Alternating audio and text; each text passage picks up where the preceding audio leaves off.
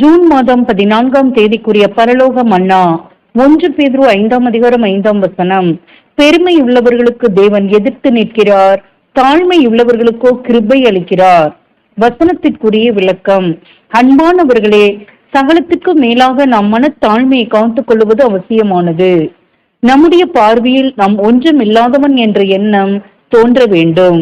அப்பொழுதுதான் தேவன் நம்மை கிருபையாய் நடத்துவார். நம் விசுவாசம் பரீட்சிக்கப்படும் போது அவர் நம்மை விட்டு விடுகிறார். அவருடைய ராஜ்ய சேவையில் இன்று சற்று உயர்த்தப்பட்டு உற்சாகப்படுத்தப்பட்டால் மனமேட்டுமை அடையாமல் தாழ்மையுடனும் பணிவுடனும் நான் ஒன்றும் இல்லாதவன் என்றும் தேவனே என்னை நடத்துகிறார் என்று உணர வேண்டும்.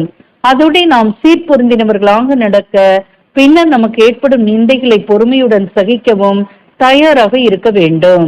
முன்னே உயர்த்தப்பட்டு பின்னர் நிந்தை வரும்போது பொறுமையை இழந்து போவாயானால் நீ ஆவிக்குரியபடி இன்னும் பூரணப்படவில்லை என்பதை உணர்ந்து கொள்.